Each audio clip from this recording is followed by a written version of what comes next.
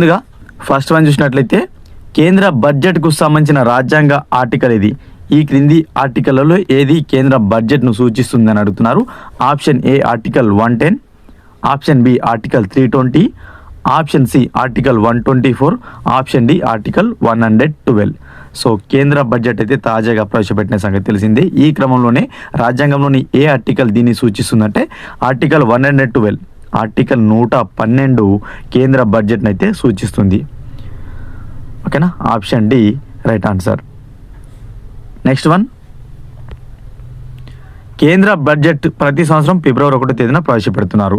కాగా ఫిబ్రవరి 1వ తేదీన ప్రవేశపెట్టడం ఏ సంవత్సరం నుండి ప్రారంభమైంది? సో గతంలో ఒక తేదీ అంటూ ఉండకపోయేది. సో ఫిబ్రవరి 1వ తేదీ అయితే ప్రవేశపెడుతున్నారు తాజాగా మనకు కొన్ని సంవత్సరాల నుంచి. అయితే ఏ సంవత్సరం నుంచి ఈ ఫిబ్రవరి 1వ తేదీ అనేది ఫిక్స్ చేశారని అడుగుతున్నారు. Option A 2015, option B 2022, option C 2017, option D 2014.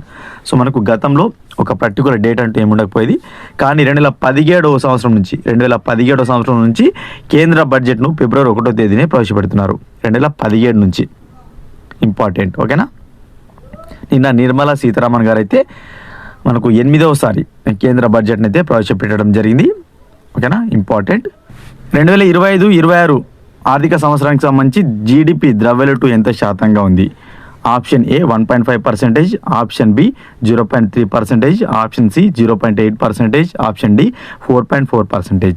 So 2025-2026 ఇయర్కు సంబంధించి చూసుకున్నట్లయితే జీడిపి ద్రవ్యలోటు అనేది 4.4% ఉంది. 4.4%గా ఉంది జీడిపి ద్రవ్యలోటు అనేది. ఓకేనా, option D right answer. Next one, 2025-26 ఆర్థిక సంవత్సరానికి సంబంధించి బడ్జెట్లో రక్షణ రంగానికి ఎంత కేటాయించారు? మోస్ట్ ఇంపార్టెంట్, మనకు రక్షణ రంగానికి బాగా కేటాయింపులు చేస్తుంటారు. ఈ క్రమంలో మనకు రక్షణ రంగానికి వచ్చే ఆర్థిక సంవత్సరంలో ఎంత కేటాయించారంటే 4,91,732 కోట్లు కేటాయించారు. 4,91,732 కోట్లు అయితే రక్షణ రంగానికి అయితే కేటాయించడం జరిగింది వచ్చే ఆర్థిక సంవత్సరానికి సంబంధించి. Option A is the right answer. Next one, 2025-26లో ఏ మంత్రిత్వ శాఖకు అత్యధిక బడ్జెట్ కేటాయింపులు జరిగాయి? సో మనకు తాజా బడ్జెట్లో ఏ మంత్రిత్వ శాఖకు అత్యధికంగా బడ్జెట్ను కేటాయించారని అడుగుతున్నారు. ఆప్షన్ ఏ రక్షణ మంత్రిత్వ శాఖ, ఆప్షన్ బి రైల్వే మంత్రిత్వ శాఖ, ఆప్షన్ సి ఆర్థిక మంత్రిత్వ శాఖ, ఆప్షన్ డి రోడ్డు రవాణా మరియు రహదారుల మంత్రిత్వ శాఖ. సో తాజాగా కేంద్ర ప్రభుత్వం ప్రవేశపెట్టిన బడ్జెట్లో అత్యధికంగా ఆర్థిక మంత్రిత్వ శాఖకు అయితే బడ్జెట్ అయితే కేటాయించడం జరిగింది. ఆర్థిక మంత్రిత్వ శాఖకు అత్యధికంగా బడ్జెట్ని కేటాయించారు. Option C right answer. Next one, బడ్జెట్లో తాజా బడ్జెట్లో పిఎం కిసాన్ ఏదైతే ఉందో ఈ పథకం కోసం ఎన్ని కోట్లు కేటాయించారని అడుగుతున్నారు. ఆప్షన్ ఏ 86,000 కోట్లు, ఆప్షన్ బి 74,626 కోట్లు, ఆప్షన్ డి 67,000 కోట్లు, ఆప్షన్ డి 63,500 కోట్లు. సో పిఎం కిసాన్ పథకం ఏదైతే ఉందో సో రైతులకు సంబంధించిన మనకు ఎకరాకు కొంత డబ్బు అయితే వేస్తుంటుంది కేంద్ర ప్రభుత్వం. ఈ క్రమంలో ఈ పథకం కోసం దాదాపుగా 63,500 కోట్లు అయితే కేటాయించారు. 63,500 కోట్లు పిఎం కిసాన్ పథకానికి కేటాయించారు ప్రజెంట్ బడ్జెట్లో 25-26 ఇయర్కి సంబంధించి. Option D right answer. Next one, ప్రభుత్వ ఆదాయంలో ఎంత శాతం ఆదాయం పన్ను ద్వారా వస్తుందని మనకు కేంద్ర బడ్జెట్లో తాజాగా తెలిపారు. సో మనకు గవర్నమెంట్కి వచ్చే ఇన్కంలో ఎంత పర్సెంటేజ్ ఇన్కమ్ ట్యాక్స్ ద్వారా వస్తుందని మనకు క్వశ్చన్ అడుగుతున్నారు. Option A 17%, option B 22%, option C 18%, option D 24%. So గవర్నమెంట్కి వచ్చే ఇన్కంలో ఇన్కమ్ ట్యాక్స్ ద్వారా ఆదాయపు పన్ను ద్వారా దాదాపుగా 22% ఆదాయం అయితే వస్తున్నది. మొత్తం ఆదాయంలో పన్ను ద్వారానే ఇన్కమ్ ట్యాక్స్ ద్వారానే దాదాపు 22% ఆదాయం అనేది గవర్నమెంట్కి అయితే వస్తుంది కేంద్ర ప్రభుత్వానికి. Option B right answer. Next one, బడ్జెట్లో అంచనా వేసిన మొత్తం రెవెన్యూ రాబడులు ఎంత? సో మనకు తాజా బడ్జెట్లో అంచనా వేసిన మొత్తం రెవెన్యూ రాబడులు ఎంత అని అడుగుతున్నారు. సో 34,20,409 కోట్లు, 34,20,409 కోట్లు రెవెన్యూ రాబడులుగా అయితే అంచనా వేయడం జరిగింది తాజా బడ్జెట్లో. 34,20,409 కోట్లు రెవెన్యూ రాబడులుగా చూపించారు. Option B right answer. Next one,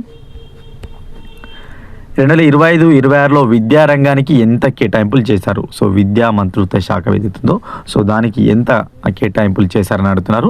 1,28,650 కోట్లు అయితే ఈ విద్యారంగం కోసం కేటాయించారు. కేంద్ర ప్రభుత్వ బడ్జెట్లో విద్యారంగానికి కేటాయించిన కోట్లు ఎంత? 1,28,650 కోట్లు విద్యారంగానికి తాజాగా కేటాయించారు. Option C is the right answer. Next one, Poshan 2.0 పోషకాహార మిషన్ ఏదైతే ఉందో దీనికోసం తాజా బడ్జెట్లో ఎన్ని కోట్లు కేటాయించారని అడుగుతున్నారు. పోషణ్ 2.0 పథకం ఏదైతే ఉందో కేంద్ర ప్రభుత్వ పథకం అనమాట. సో దీనికోసం తాజా బడ్జెట్లో 21,940 కోట్లు అయితే కేటాయించారు. 21,940 కోట్లు అయితే కేటాయించడం జరిగిందనమాట. 21,940 కోట్లు పోషకాహార మిషన్ కోసం అయితే కేటాయించారు, పోషణ్ 2.0 కోసం. ఓకేనా. నెక్స్ట్ వన్, అర్బన్ ఛాలెంజ్ ఫండ్కు బడ్జెట్లో ఎంత కేటాయింపులు చేశారు? సో అర్బన్ ఛాలెంజ్ ఫండ్ ఏదైతే ఉందో దీనికోసం 1,00,000 కోట్లను కేటాయించారు తాజా బడ్జెట్లో. ఓకేనా. అర్బన్ ఛాలెంజ్ ఫండ్ కోసం ఎన్ని కోట్లు కేటాయించారు? 1,00,000 కోట్లు తాజా బడ్జెట్లో అయితే కేటాయించారు. Option B is the right answer. Next one, బడ్జెట్లో రవాణా మౌలిక సదుపాయాల కోసం మనకు రోడ్డు ఏవైతున్నాయో రవాణాకు సంబంధించిన మౌలిక సదుపాయాలు మెరుగుపరచడం కోసం కేంద్ర ప్రభుత్వం 5,48,640 కోట్లు కేటాయించింది. 5,48,649 కోట్లు రవాణా మౌలిక సదుపాయాలు మెరుగుపరచడం కోసం కేంద్ర ప్రభుత్వం కేటాయించింది. Option C is the right answer. Next one, ప్రభుత్వ వ్యయంలో ఎంత శాతం వడ్డీ చెల్లింపులకు వెళ్తుంది? సో మనకు ప్రభుత్వ వ్యయం ఏదైతుందో రాబడి వ్యయంలో సో ఖర్చులో ఎంత శాతం వడ్డీలకు పోతుంది మొత్తం బడ్జెట్లో అంటే 20% పోతుంది. 20% వడ్డీ చెల్లింపులకే పోతుంది కేంద్ర ప్రభుత్వం యొక్క వ్యయంలో. Option C is the right answer. Important. Next one, Mahatma Gandhi NREGAకు బడ్జెట్లో ఎంత కేటాయించారు? ఏదైతే మనకు ఉపాధి హామీ ఉందో, గ్రామీణ ఉపాధి హామీ పథకం ఉందో, సో దానికోసం బడ్జెట్లో 86,000 కోట్లు కేటాయించారు. 86,000 కోట్లు అనేవి గ్రామీణ ఉపాధి హామీ పథకం కోసం అయితే తాజా బడ్జెట్లో కేటాయించారు. Most important, option C right answer. 86,000 కోట్లు. నెక్స్ట్ వన్, మొత్తం వ్యయంలో రాష్ట్ర పన్నులు సుంకాల కోసం కేటాయించిన మొత్తం ఎంత? సో మనకు మొత్తం వ్యయంలో రాష్ట్రాలకు చెల్లించే పన్నులు సుంకాలు ఏవైతే సో వాటి కోసం కేటాయించిన బడ్జెట్ ఎంత అంటే మనకు 22%. 22% అనేది మొత్తం బడ్జెట్లో రాష్ట్ర పన్నులుగా సుంకాలుగా ఉంది. Option C right answer. Next one, బడ్జెట్లో Jal Jeevan mission. So most important, Jal Jeevan mission అనేది మనకు ప్రతి ఇంటికి తాగునీటిని అందించే పథకంగా ఉంది. సో ప్రతి ఇంటికి నల్ల అనే పథకం అయితే అనమాట. ఇది జల్ జీవన్ మిషన్ కోసం ఎంత కేటాయించారంటే 67,000 కోట్లు కేటాయించారు. జల్ జీవన్ మిషన్ కోసం కేంద్ర ప్రభుత్వం కేటాయించిన బడ్జెట్ ఎంత అంటే 67,000 కోట్లకు గుర్తుపెట్టుకోండి. నెక్స్ట్ వన్, ప్రధాన రాయితీలు ఆహారం, ఎరువులు, పెట్రోలియం ఖర్చులకు శాతం పరంగా ఎంత కేటాయించారు? సో మనకు చూసుకున్నట్లయితే 6% కేటాయించారు. ఏవైతే ఆహారం, ఎరువులు, పెట్రోలియం ఉన్నాయో వీటి కోసం దాదాపుగా 6% బడ్జెట్ అయితే కేటాయించడం జరిగింది.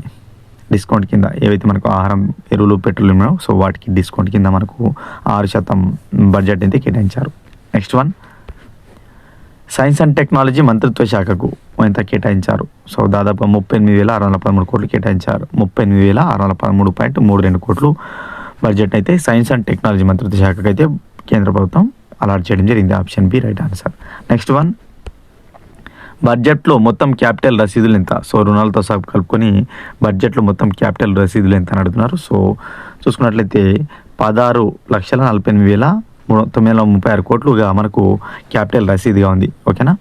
16,48,936 కోట్లు అనేది బడ్జెట్లో మొత్తం క్యాపిటల్ రసీదులలో ఉంది. నెక్స్ట్ వన్, ప్రధానమంత్రి ఆవాస్ యోజన. సో మనకు గ్రామీణ మరియు అర్బన్ కలుపుకొని ప్రధానమంత్రి ఆవాస్ యోజన ఏదైతుందో సో దీనిలో భాగంగా 74,626 కోట్లు కేటాయించారు. ప్రధానమంత్రి ఆవాస్ యోజన పథకం కోసం ఇంత కేటాయించారు. 74,626 కోట్లు అయితే కేటాయించడం జరిగింది బడ్జెట్లో. Option B right answer. ఇవి ఫ్రెండ్స్ ఈ వీడియోలో భాగంగా ఇంపార్టెంట్ బిట్స్. వీడియో కనుక నచ్చినట్లయితే లైక్ చేసి షేర్ చేయండి. మరొక ఇంపార్టెంట్ వీడియోతో మీ ముందు ఉంటాను ఫ్రెండ్స్.